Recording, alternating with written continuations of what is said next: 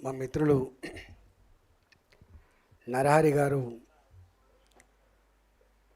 11వ పుస్తక ఆవిష్కరణ మా చేతుల మీదుగా కలిగించినందుకు వారికి ధన్యవాదాలు.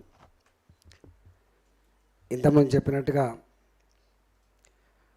రిటైర్డ్ అయిన తర్వాత వాళ్ళ అభిప్రాయాలను వెలిబుచ్చేటువంటి సాహసం చేస్తారు. కానీ ఐఏఎస్గా ఉన్నా, ఐపీఎస్గా ఉన్నా, ఏ పార్టీలో నాయకుడిగా ఉన్నా, ఒక జడ్జిగా ఉన్నా కూడా నా అభిప్రాయం ఏందో నేనేందో చెప్పే అధికారం ఒక పౌరుడిగా ఉందని చెప్పి దాన్ని నిరూపించినటువంటి వ్యక్తి మా నరహరి గారు. ఈ కార్యక్రమానికి ముఖ్య అతిథులుగా వచ్చినటువంటి మా మిత్రులందరికీ పేరు పేరున మహేష్ గౌడ్ గారు, మా ప్రకాష్ గారు, శ్రావణ్ గారు, అందరికీ పేరు పేరున మా ముందున్నటువంటి సహచరులందరికీ నమస్కారం. ఇట్లాంటి వేదికలు ఈ మధ్యకాలంలో చాలా అరుదుగా జరుగుతూ ఉన్నాయి. కుల సంఘాలు కూడా ఏ పార్టీకి ఆ పార్టీకనే కుల సంఘాలు కొనసాగుతున్నాయి. కానీ అన్ని పార్టీల ముఖ్య నాయకులు ఒక వేదిక మీదకి రావడం, మాట్లాడుతున్నప్పుడు దాన్ని భరించడం, ఆ సాంప్రదాయాన్ని కొనసాగినటువంటి తపన కలిగి ఉండడం సంతోషాన్ని కలిగిస్తూ ఉంది. మహేష్ కుమార్ గౌడ్ గారు వారి పార్టీ, వారి సిద్ధాంతం వారు చెప్పుకున్నారు. మా శ్రావణ్ గారు కూడా వారి ఆలోచన విధానాన్ని పంచుకున్నారు. నేను అంత డెప్త్కు పోను, కానీ ఈ పరంపర రాబోయే కాలంలో మరింత గొప్పగా కొనసాగాలని మాత్రం భావిస్తున్నాను. కొన్ని మూల సూత్రాలు ఉంటాయి. E=mc² ఎంత సత్యమో రాజకీయాల్లో కూడా కొన్ని మూల సూత్రాలు ఉంటాయి. అడుక్కుంటే వచ్చేది కాయో పండో మాత్రమే, పోరాడితే వచ్చేది మాత్రమే హక్కులు అంటారు. ఇది సార్వజనిక సూత్రం. రెండవది, హక్కులు కానీ సంఘాలు కానీ సంఘటిత శక్తి కావాలనేవాది కానీ ఎవరు కోరుతారు? అణచివేతకు, దోపిడికి గురైన వాళ్ళే కోరుతారు తప్ప గడ్డ మీద ఉన్న వాళ్ళు ఎవరు కోరరు. అందుకనే ఏ వర్గాలైతే దోపిడికి గురవుతున్నాయో, అణచివేతకు గురవుతుందో వాళ్లకు మాత్రమే వాళ్ళ సమస్యలు ప్రస్తావించే పుస్తకాలు రాస్తారు కావచ్చు, వాళ్ళ సంబంధించినటువంటి ఉద్యమాలు చేస్తారు, వాళ్ళకు సంబంధించినటువంటి సంఘాలు పెట్టుకుంటారు. అందుకని సంఘం, సంఘటిత శక్తి వాళ్ళ కుటుంబాన్ని పోషించడం ఎంత ముఖ్యమో ఆ వర్గాల ప్రజలకి దీన్ని కాపాడుకునే కర్తవ్యం కూడా అంతే గొప్పగా ఉండాలని చెప్పి మాత్రం ఇది కూడా సమాజం అంతవరకు ఉండే సూత్రం ఇది. కానీ ఒక్కటి బాధ అనిపించే అంశం ఏంటంటే 77 ఇయర్స్ అవుతుంది, 77 సంవత్సరాలు గడిచిపోయింది. అంబేద్కర్ గారిని మనం ఎంత గొప్పగా కీర్తిస్తామో, అంబేద్కర్ రాజ్యాంగం పట్ల మనకు ఎంత నిబద్ధత, ఎంత గౌరవం ఉంటుందో నేను చెప్పాల్సి అక్కర్లేదు. కానీ అంబేద్కర్ గారు ఆనాడే ఒక మాట చెప్పిండు,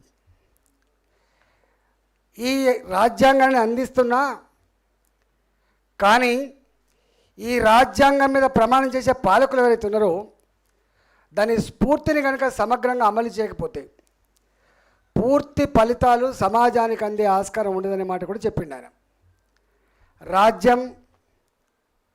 రాజ్యం ఈ రాజ్యాంగం ఎవరి చేతిలో ఉందనేది దాని మీద ఆధారపడే రేపటి ఫలితాలు ఉంటాయని చెప్పినటువంటి మానవుడు అంబేద్కర్ గారు. అంటే ఎక్కడో రాజ్యాంగ స్ఫూర్తిని అర్థం చేసుకోవడంలో, దాన్ని సంపూర్ణంగా అమలు చేయడంలో విఫలమైనం కాబట్టే, ఎక్కడో విఫలమైనం కాబట్టి, సంపూర్ణంగా దాన్ని అర్థం చేసుకొని అమలు చేయలేదు కాబట్టే ఇవాళకి కూడా ఏబీసీల వర్గీకరణ వస్తూ ఉంది.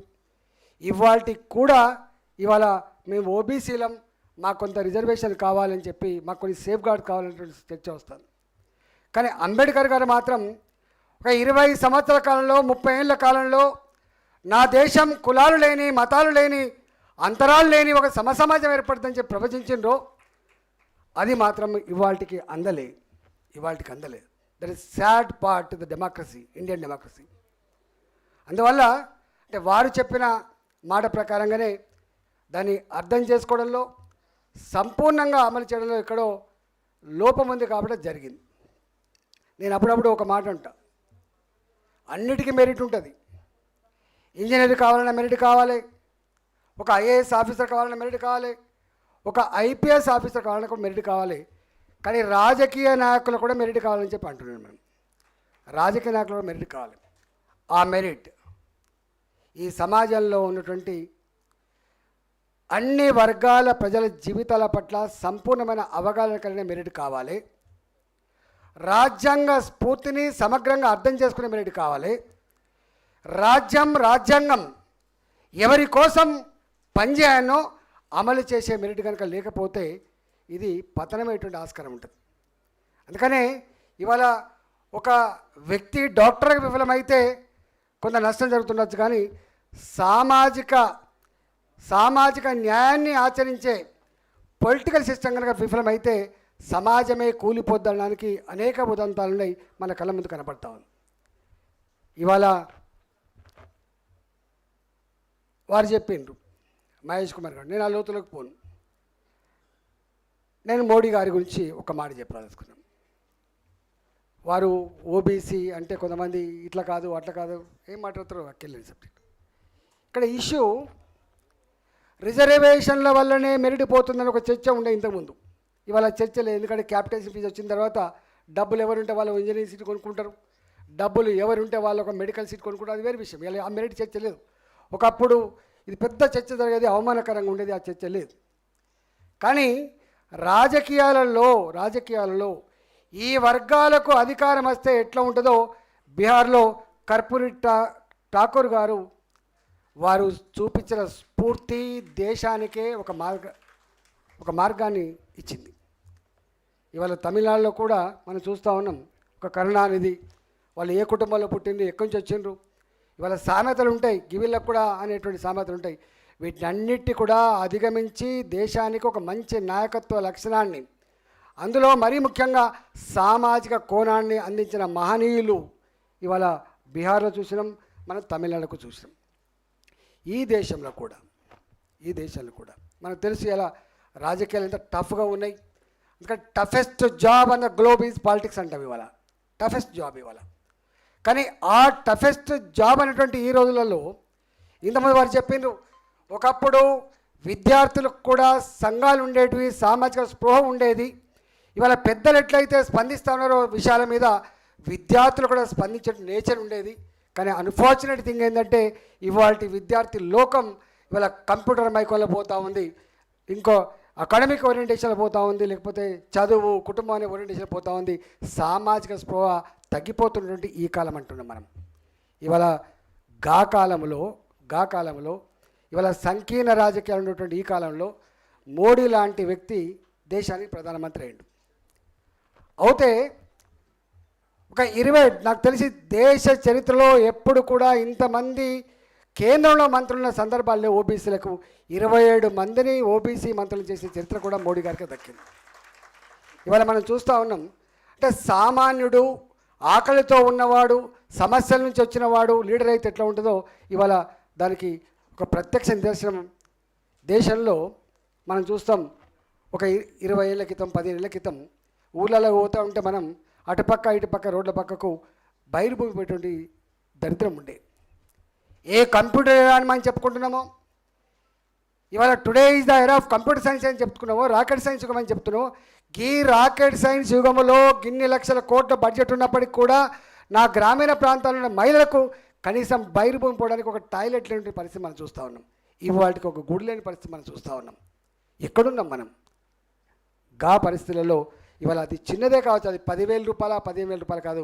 నా భారతదేశ మహిళల గౌరవాన్ని కాపాడడానికి ఇవాళ స్వచ్ఛ భారత్ కింద టాయిలెట్ కట్టించేటువంటి ఆలోచన చేసినాం. అది ఎన్ని వేల కోట్ల గురించి మాట్లాడుతున్నాం, కానీ అది దాంట్లో ఎంత సుదీర్ఘమైన ఆలోచన ఉంది, ఎంత డిగ్నిటీ ఉందో ఒకసారి అర్థం చేసుకోండి.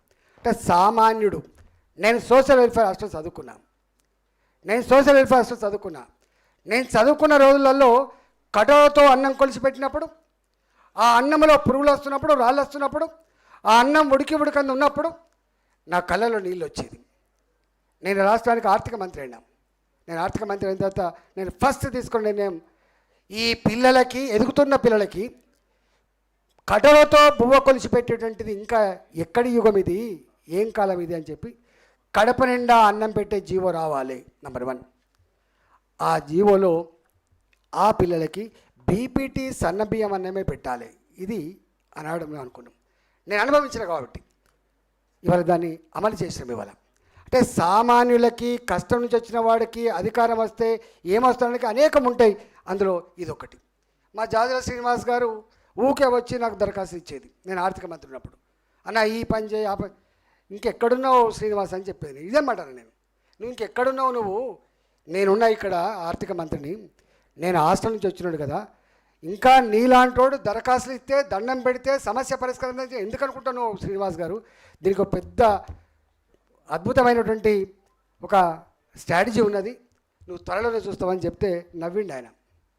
నేను స్వయంగా ఒక 40 రోజులు అనుకుంటా, నాకు తెలిసి ఒక 40 days ఏ వర్గాలైతే అసెంబ్లీ మెట్లెక్కలేదో, ఏ వర్గాలైతే అసెంబ్లీ ఇది మాది కాదని చెప్పి వాయించుకుందో అలాంటి అన్ని కులాలను, దాదాపు 60-70 కులాలు అనుకుంటా నాకు తెలిసి, గింత పరిచయం ఉన్న కులాలను కూడా ఒక 40 రోజుల పాటు వాళ్ళతో మేము ఒక 10-12 గంటలు ప్రతినిత్యం ఇంటరాక్ట్ అయినాము ఇక్కడ ఈ రాష్ట్రంలో. శ్రీనివాస్ గారు తెలుసు. అయిన తర్వాత దాన్ని అంతా క్రోడీకరించుకొని ఏం చేద్దాం శ్రీనివాస్ అంటే, ఏదైనా ఒకటి మీరు చేయాలనే ధైర్యం చేసినంటే ఒక 3 రోజుల పాటు ఇది రాష్ట్రంలో, ఈ 3 రోజుల పాటు ఇక్కడ ఉన్నటువంటి స్పీకర్లు ఆనాడు ఇద్దరు ఓబీసీలే, స్పీకర్ గారు కానీ, చైర్మన్ గారు కానీ, ఎంపీలుగా, ఎమ్మెల్సీలుగా, ఎమ్మెల్యేలుగా, మంత్రులుగా ఎవరైతే ఉన్నారో ఆనాడు మేము సొంతంగా ఇనిషియేటివ్ తీసుకొని ఒక 3 days, ఒక 3 రోజుల పాటు ఓబీసీ కాంక్లేవ్ అని దాన్ని పెట్టినాం మేము. అంతే కదా శ్రీనివాస్? 3 days పెట్టినాం. 3 days పెడితే మా ముఖ్యమంత్రి గారు తెలిసింది విషయం, ఏమయ్యేదో పెడుతున్నట్టుంది అంటే, అవును మేము పెడుతున్నాం. ఒక 40 రోజుల పాటు ఒక వర్క్షాప్ పెట్టుకున్నాం మేము. ఆ సమస్యలు ఏదో మాకు అర్థమైనాయి, దానికి ఒక రూపం ఇవ్వాలి, ఒక పరిష్కారం చూపే బాధ్యత మా మీద ఉంది, మరి మేమందరం ఉన్నాం కదా అని చెప్తే నేను కూడా వస్తా అని చెప్పిండు. వారు వచ్చిండ్రు. ఇవాళ అక్కడి నుంచి పుట్టిందే 250 రెసిడెన్షియల్ స్కూళ్లకు శ్రీకారం చుట్టిందనే విషయం మనం మర్చిపోవద్దు. మా శ్రీనివాస్ చెప్పినట్టుగా 2 రెసిడెన్షియల్ స్కూళ్ళు, 3 రెసిడెన్షియల్ కాకుండా 250 బీసీ రెసిడెన్షియల్ స్కూళ్లకు అక్కడే పునాది పడ్డది. దానికి కారణం సంఘటిత శక్తి, ఐక్యత ఆనాడు. దాంతోపాటుగా ఆత్మగౌరవ బాణాలు కూడా 70. సరే, అది ఇంకా. ఈమె మా ఆంటీ మేరీ. ఒక్కరోజు కూడా మాకు బిస్కెట్ తినిపించడం మర్చిపోలేదు. కానీ ఆ రోజు శాంతబాయి చక్కగా నీళ్ళని తుడవడం మర్చిపోయింది. దాంతో టక్ మంటూ ఆవిడ ఎముక విరిగింది. నేను ఏమీ చేయలేకపోయాను. థ్యాంక్ గాడ్ ఆంటీ హాస్పిటల్ నుండి వెనక్కి వచ్చింది. మరి ఏముందో తెలుసా? నాకు అందరూ చెప్తారు ప్రతి ఏడాది హెల్త్ ఇన్సూరెన్స్ పై డబ్బు ఎందుకు వృధా చేస్తారని. ఇప్పుడు చూడు, 2.5 లక్షల క్లెయిమ్ పాస్ అయింది మ్యాన్. ఆంటీ మంచి పని చేశారు హెల్త్ ఇన్సూరెన్స్ తీసుకుని. కులమంటూ ఉంటుంది కాబట్టి ఇవాళ ఆ కులాల పరంగా ఆత్మగౌరవ భవనాల కోసం కూడా అక్కడే అంకురార్పణ జరిగింది. అందువల్ల నేను విజ్ఞప్తి చేస్తున్నా, డెఫినెట్గా ఇవాళ సరి అయిన టైంలో ఈ బుక్ వచ్చింది అనుకుంటున్నాను. నేను సరైన టైంలో వచ్చింది అనుకుంటున్నాను. ఒక గుడ్ థింగ్ ఏంటంటే చైతన్యానికి కొదవలేదు, త్యాగాలకు కొదవలేదు. మీరు చెప్తున్న సంపద సృష్టి ఆ కులాలు ఏదైతే చేసినని చెప్పి మా శ్రావణ్ చెప్పిండో, ఇవాళ మనం ప్రవచిస్తున్న జిఎస్డిపి, మనం ప్రవచిస్తున్న జీడిపి ఇవాళకి కూడా ఈ వర్గాలే సృష్టిస్తున్న విషయం మనం మర్చిపోవద్దు. ఇవాళ 170 లక్షల కోట్ల రూపాయల సంపద, 200 కోట్ల రూపాయల సంపద అని అయితే ప్రవచిస్తున్నామో, ఆ సంపదకి మూలకారకులు ఆనాడు వాళ్ళు ఓనర్లుగా ఉండవచ్చు, ఇవాళ వాళ్ళు కంపెనీ కార్మికులు ఉండవచ్చు, సంపద సృష్టికర్తలు మాత్రం వాళ్ళే అనే విషయం మనం మర్చిపోవద్దు. ఈ దేశంలో సంపద సృష్టించేది వాళ్ళు మాత్రమే. అందువల్ల ఎవరైతే ఈ దేశంలో సంపద సృష్టిస్తున్నారో ఆ సంపద సమస్త ప్రజానీకానికి అందించాలనే సంకల్పం ఏవైతే ఉందో, అంబేద్కర్ గారు చెప్పినట్టుగా డెవలప్మెంట్ విత్ ఈక్వల్ డిస్ట్రిబ్యూషన్ అని చెప్పిండు. డెవలప్మెంట్ విత్ ఈక్వల్ డిస్ట్రిబ్యూషన్ అని చెప్పిండు. ఇవాళ ఆ సమస్త సంపదలు సమస్త ప్రజానీకానికి అందించాలంటే ఇగో ఈ మెరిట్ ఆ వర్గాలకు ఆ వర్గాలకు ఫలితాలు అందించే కమిట్మెంట్ ఉంటే సాధ్యమవుతుంది. కాబట్టి డెఫినెట్గా ఇవాళ ఇప్పుడున్న పరిస్థితుల్లో నేను చూస్తా ఉన్నా, విశ్వాసం కలిగిస్తే చాలు, గుర్తుపెట్టుకోండి. నాకు తెలిసి చైతన్యం లేక కాదు, గుడిసెల్లో ఉన్న మా కొమరన్న ఇంట్లో కూడా పీజీ చదివే పిల్లగాళ్ళు ఉన్నారు. ఇవాళ ఇలా అంతటా లిటరసీ ఉంది, సామాజిక స్పృహ ఉంది, ఒక్కటే కొరత ఉంది. నేనున్నా అనే భరోసా ఇచ్చేటువంటి నాయకుడితే తప్పకుండా కళ్ళకద్దుకొని గెలిపించగలిగే శక్తి ఉన్నారు. కానీ ఆ విశ్వాసం కలిగించాలి, ఆ నమ్మకాన్ని కలిగించాలి.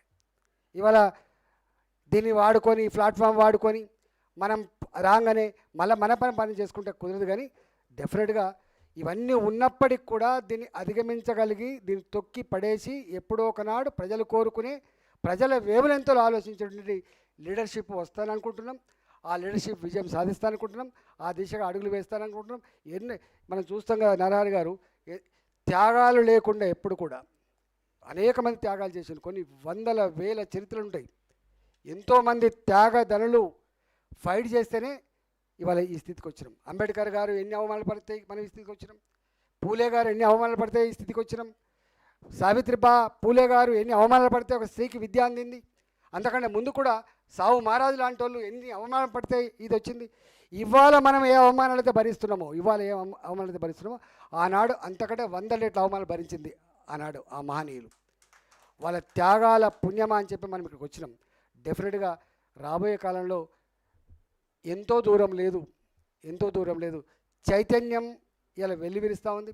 దానికి మార్గదర్శనం, నాయకత్వం అందించాల్సిన బాధ్యత మనందరి మీద ఉందని చెప్పి మనవి చేస్తూ, మరొకసారి వారికి, వారి మిత్రుడు పృథ్వీరాజ్ సింగ్కు ధన్యవాదాలు తెలుస్తూ తెలుసుకున్నా. నమస్కారం. భారత్ మాతాకి జై.